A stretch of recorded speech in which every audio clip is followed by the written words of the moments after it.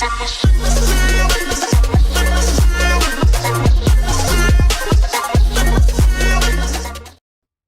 going on, Shu Crew? We are back here again with a top 5 list, and today's list is going to be top 5 solo laners. And the meta really hasn't changed too hard for solo laners. There has been a new addition to Warriors with Erlang Shen, and he's very, very strong, very, very potent. But we're just pretty much going to go ahead and dive right in like we always do in the top 5. Coming in at number 5 is going to be Ravon. Now, Ravon used to be pretty much the top guy in the meta for a long time, and he pretty much got taken down a little bit by some item nerfs and so, pretty much stuff like that, normal, usual stuff. But he's still super, super strong and super, super powerful. You pretty much got to watch who you're going up against for the most part, because a lot of people can really mess you up. Like Bologna counters him really hard, Amaterasu counters him really hard.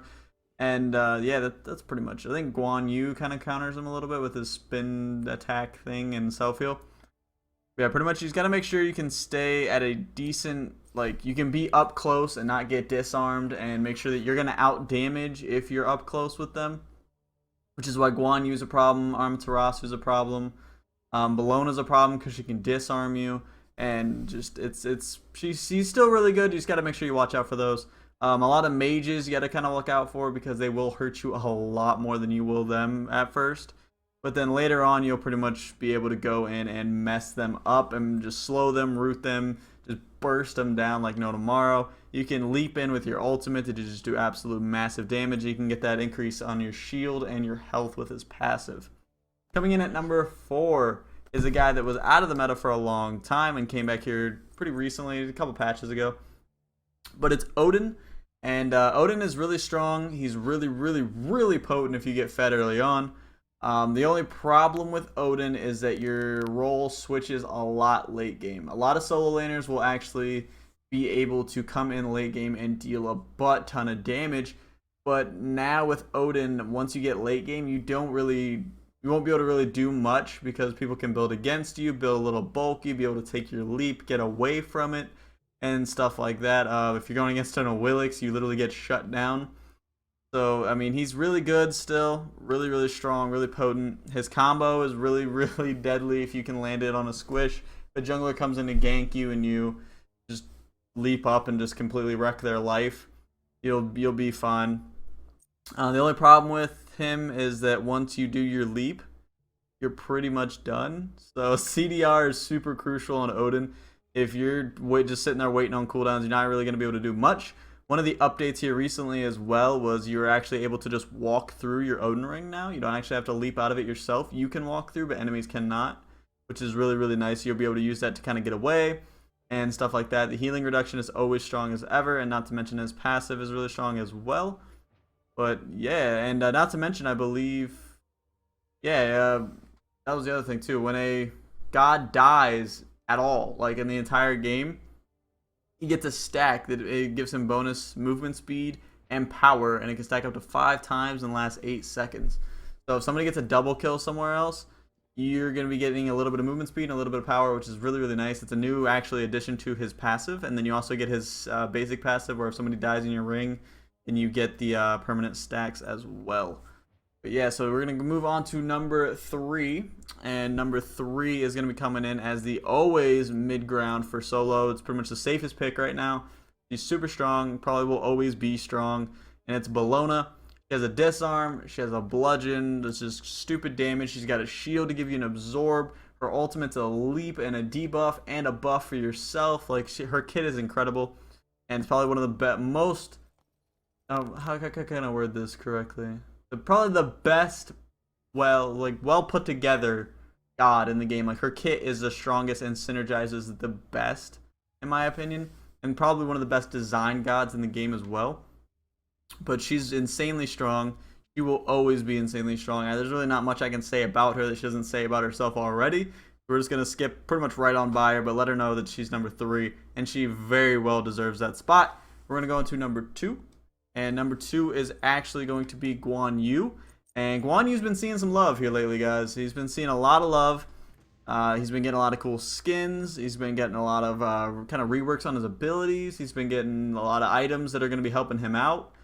His heal is super strong now, and we'll cover the passive here in a second. But pretty much his passive right now, it's the same passive as before, but now this stacks when you're full stacks gives you an additional ability.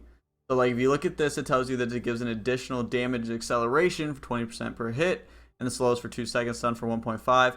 And boosted CC is 40% slow and 2 stuns. The boosted CC is from your passive. And then here the boosted protection stolen is 15, max at 3 stacks. And then here the boosted slow is 60%. And here the boosted healing scales up to 340. That is insane. Max level scaling heal to 340. That's insane, guys. That's too good. Like he's a beast in the lane right now.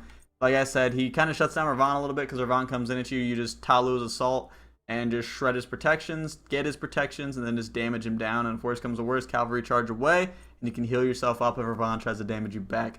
He is a beast, and he's fantastic. Coming in at number 1 is actually the brand new god, Erlang Shen. Erlang Shen is a fantastic solo laner, and he's also a fantastic jungler. So depending on where you want to take him, but he's so potent in solo lane. He's insanely good. If you got a fed Erlang Shen coming out of solo, GG. Like there's nothing else you can do about it. He's brand new, so not a lot of you guys would know his abilities. Excuse me, stuttering here. But not a lot of guys are going to know his abilities because he is kind of new. So I'm going to go ahead and kind of cover him a little bit. He has his spot weakness, which is a buff that gives you a Fatalis and a damage boost. You have a pin, which is a root and a cripple. You have his 72 transformations, kind of same thing as Sun Wukong, but it's 2 transformations instead of 3. And you get the turtle, which does damage and gives you an overshield. And you have a mink, which is like a weasel, which gives you damage and attack speed once you come out of form. His 9 turns blessing, his ultimate, is actually pretty much an Athena taunt. And it gives you a heal and also damage mitigation, and the taunt lasts 1.2 max scaling. And then his passive is, he has his little doge down there in the bottom right that pretty much attacks with him every single time he basic his attack for 15% of your basic attack power, which, as you can tell, if you build basic attack power and attack speed, will be very, very well with him.